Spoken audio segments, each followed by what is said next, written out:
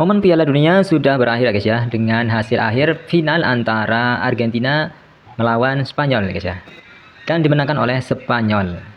Tetapi di sini ada yang menurut saya yang menarik guys ya, yaitu di mana para pendukung Spanyol atau supporter Spanyol itu semuanya rata-rata mendukung juga Palestina ya. Mereka mengibarkan bendera Palestina, Masya Allah. Kemudian ada lagi yang bikin saya bingung juga ini ya. Argentina ya, lawannya ini mereka mengibarkan bendera Israel ya. Kira-kira ada konspirasi apa atau mungkin ada hubungan apa gitu ya guys ya, antara Spanyol dengan Palestina, kemudian Israel dengan Argentina. Ini kayaknya harus kita bahas di sini guys ya. Nah, jadi teman-teman jangan kemana-mana ya. Kita akan bahas di sini, kita kupas tuntas, kita cari tahu apa hubungan antara Israel dengan Argentina. Tapi aku mau tahu dulu ya, siapa di sini teman-teman yang dukung Palestina? Silakan kalian tekan subscribe dan juga tekan like ya. Yang dukung Israel kalian boleh tidak subscribe atau tekan dislike. Oke, mari kita bahas ya guys ya. Ini ada artikel dari CNN Indonesia ya. Sejarah kedekatan Israel Argentina. Kini dua pemimpinnya bersahabat. Kita baca guys ya. Perhelatan dunia kali ini ternyata menyeret juga ke ranah politik. Bendera Israel dan Palestina dikibarkan. Bahkan Perdana Menteri Israel, Benjamin Netanyahu, menjagokan timnas Argentina karena dekat dengan Presiden Argentina, Javier Milei. Oh, jadi mereka memang dekat ya guys ya, presidennya, antara Netanyahu dengan si Javier Milei, yaitu Presiden Argentina. Oke, lanjut ya guys ya. Ini perkataan dari Presiden Netanyahu ya.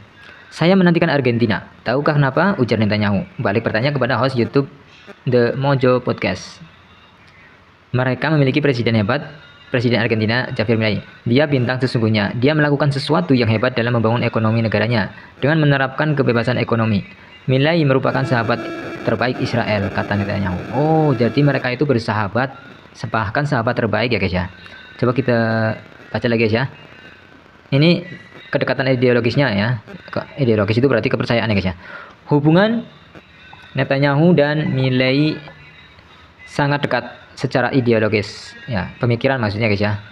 Bahkan Milei berterus terang sebagai presiden paling Zionis di dunia. Oh, ternyata Presiden Milei itu mengaku presiden paling Zionis di dunia, bahkan melebihi Netanyahu berarti guys ya.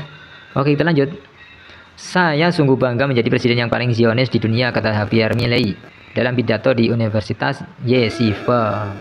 Oh gitu guys, ternyata memang gitu ya guys ya.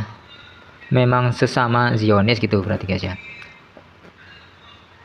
Kita skip aja guys ya. Kita cari sejarah lamanya, ini sejarah lamanya guys ya. Kedekatan antara Israel dan Argentina sudah terjalin sejak 1949. Atau setahun setelah Israel mendeklarasikan negara. Berarti Israel tahun 1948 ya guys ya. Setahun setelah yang mengakui Israel itu suatu negara, itu berarti memang Argentina ya guys ya, yang pertama berarti. Sama kayak kemerdekaan Indonesia, yang mengakui Indonesia merdeka itu kan Palestina ya guys ya. Oke, ditambah lagi Argentina adalah rumah bagi komunitas Yahudi terbesar di Amerika Latin dan komunitas Yahudi berbahasa Spanyol terbesar di dunia. Oh gitu guys, ternyata memang di Argentina itu memang rumah komunitas Yahudi terbesar di Amerika Latin. Berarti banyak di sana guys ya, komunitas Yahudi di Amerika Latin. Oh, pantesan mereka dekat banget guys ya. Bahkan benderanya kalau menurut saya itu memang agak-agak mirip ya guys ya. Warnanya apa itu? Biru langit ya? Biru langit ya? Iya, biru langit itu biru laut. Ya gitu deh pokoknya ya. Biru sama juga bergaris-garis seperti itu. Itu mungkin ada filosofinya mungkin aja artinya ya. Diperkirakan terdapat antara 180.000 hingga 300.000 jiwa, yang sebagian besar terkonsentrasi di ibu kota Argentina, Buenos Aires. Oh, jadi gitu guys. Sekitar 85% populasi adalah Ashkenazi, keturunan Eropa Timur Tengah. Sementara 15% sisanya adalah Sephardim atau keturunan dari Balkan, Timur Tengah dan Afrika Utara. Bahkan di Buenos Aires ada restoran cepat saji McDonald yang khusus kosher alias makanan halal dalam tradisi Yahudi. Dan ini satu-satunya restoran dengan label kosher di Amerika Latin. Oh, jadi gitu guys ya. Jadi memang dekat ya guys ya, di apa namanya, antara Argentina dengan Israel. Pantesan mereka seperti itu ya, apa maksudnya? Seperti dekat banget ya, supporter bolanya juga sangat dekat banget dengan Israel ya guys ya gitu. Oke, jadi kira-kira itu aja guys ya. Gak usah kita bahas semua lah tentang ini ya guys ya. Kira-kira saya jadi paham lah ya. Kita semua paham kenapa Israel itu dekat banget dengan apa? Dengan Argentina gitu ya. Jadi itu guys. Nah guys, ada artikel lagi. Ada artikel lagi. Kenapa Spanyol lebih condong ke Palestina? Oke, kita baca guys ya. Dari Sindo News. 5 alasan Spanyol selalu mendukung Palestina. Langsung aja ya, kita cari ya guys ya. Yang pertama mana ini? Oh ini ya atas ya. Yang pertama, memiliki sejarah penindasan yang sama. Kita baca guys ya. Kami selalu bersimpati kepada Palestina karena kami menderita di bawah kediktatoran dan telah mengalami konflik panjang dengan negara Spanyol dan kelompok kemerdekaan di sini, kata Oxtoa kepada Al Jazeera. Oh, berarti memang sama ya guys ya. Sejarahnya ini memang sama ya, menderita apa namanya tadi? Di bawah kediktatoran ya. Kepemimpinan mungkin ya guys ya. Tindakan simbolis ini sejalan dengan dukungan historis Spanyol terhadap hak Palestina. Namun, terjadi pada saat yang menegangkan ketika Madrid memimpin beberapa negara barat yang semakin mengkritik Israel. Yang kedua, pemerintah Spanyol mengutuk Israel. Oke, mana nih? Ini. Loh, aku jadi kecil ini. Bentar dulu. Malah jadi kecil ini. Mana yang kedua? Oh, ketiga ya guys tadi ya. Iya. Kubu sayap kiri. Belum dibahas tadi ya yang dua ya. Oh iya.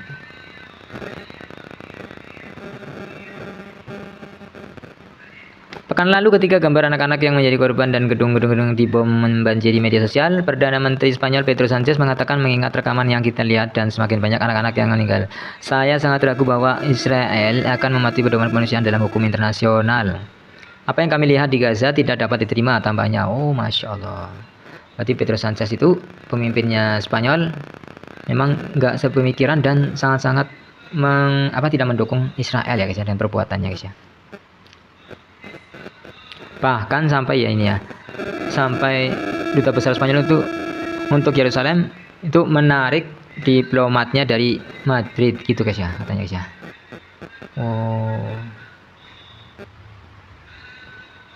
Oh ini, pemimpin Spanyol juga mengecam Hamas atas serangannya adalah pejabat Eropa berpangkat tertinggi dan paling terkenal yang mengecam Israel, yang hanya diikuti oleh politisi di Irlandia dan Belgia. Sementara itu, unjuk rasa yang mendukung rakyat Palestina telah diadakan di kota-kota di seluruh Spanyol. Wow, keren ya guys ya. Dukungannya ini sangat konsisten berarti ya guys ya, Spanyol untuk Palestina. Yang ketiga, kubu sayap kiri selalu mendukung Palestina. Oke, José de Miguel, profesor hukum tata negara di Universitas Cantabria, menggambarkan Spanyol sebagai secara sosiologis negara pro-Palestina. Sánchez memimpin pemerintahan sayap kiri minoritas yang mencakup partai sayap kiri Sumar dan Podemos ya, yang vokal mendukung Palestina. Sánchez mengatakan Spanyol akan siap mengakui negara Palestina merdeka. Ini bukan posisi Uni Eropa, oleh karena itu mereka mengambil sikap sepihak, kata De Miguel kepada Al Jazeera. Pemerintahan koalisi Spanyol terdiri dari partai-partai yang bersimpati pada perjuangan Palestina dan bukan Israel. Faktor lainnya adalah bahwa di Spanyol kelompok sayap kiri menunjukkan lebih banyak dibandingkan kelompok sayap kanan. Yang keempat, Spanyol memiliki sedikit komunitas Yahudi. Iya. Apa ini maksudnya? Coba deh baca ya. Beberapa analis percaya bahwa solidaritas Spanyol terhadap perjuangan Palestina mungkin berakar pada sejarahnya sendiri. Spanyol hanya memiliki komunitas Yahudi kecil yang berjumlah sekitar 50.000 orang.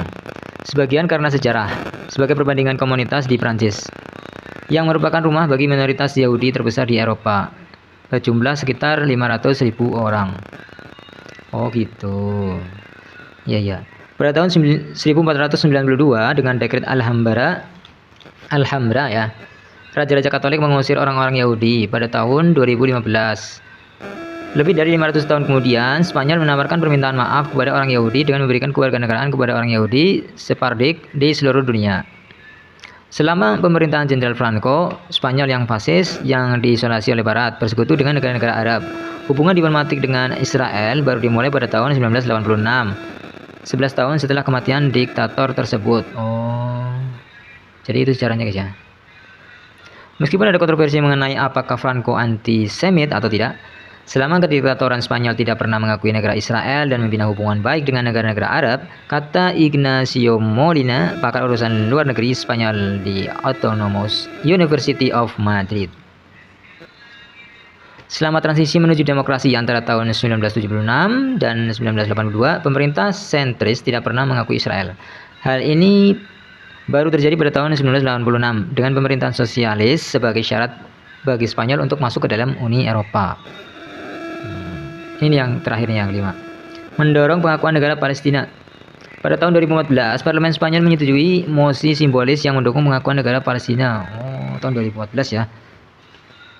Mendukung Palestina. Ya. Ada tradisi sayap kiri dan kanan untuk bersimpati pada Palestina. Padahal mereka yang lebih sayap kanan mendukung Israel. Oh gitu guys. Sayap kanan mendukung Israel, sayap kirinya mendukung Palestina. Dan yang terbanyak itu sayap kiri gitu guys ya. Secara politiknya. Pada bulan November, sutradara film pemenang Oscar Pedro Almodóvar termasuk di antara 360 pembuat film, aktor, penyanyi, dan tokoh budaya lainnya yang menandatangani sebuah manifesto yang mengutuk tindakan teroris kriminal Hamas. Namun memperingatkan bahwa serangan kelompok tersebut tidak dapat membenarkan genosida yang dilakukan Israel terhadap rakyat Palestina gitu.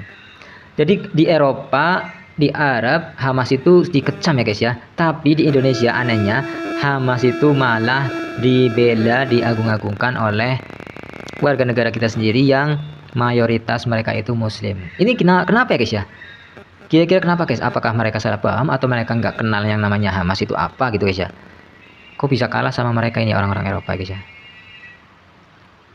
Gimana menurut kalian guys ya? Oke, lanjut lagi guys ya.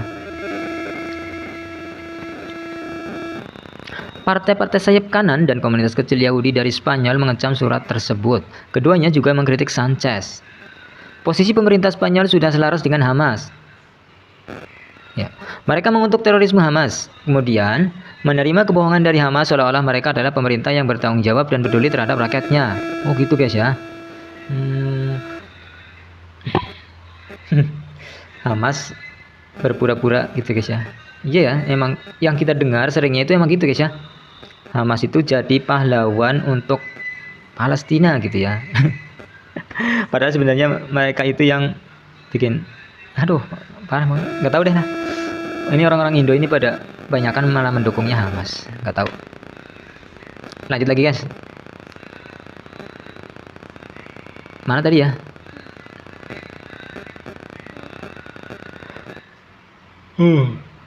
Oh ini nih. Rabbi Mario Stoffenmacher yang mewakili komunitas Yahudi di Spanyol mengatakan kepada Al Jazeera, oh iya, tuh ya. Dia mengatakan masyarakat Spanyol menjadi lebih terpolarisasi. Saya memakai gelang dengan simbol Israel. Spanyol dan Ukraina di pergelangan tangan saya. Tetapi orang-orang sangat menentang saya tentang gelang Israel, kata Stoffenmacher. Udahlah, gitu aja guys ya.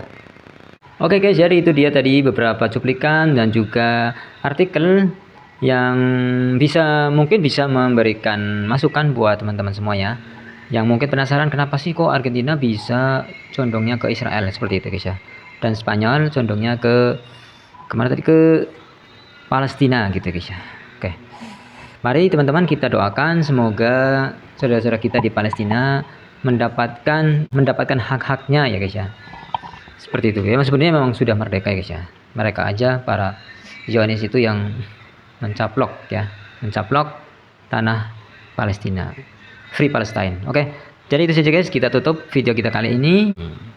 Sampai jumpa di video berikutnya. Dadah.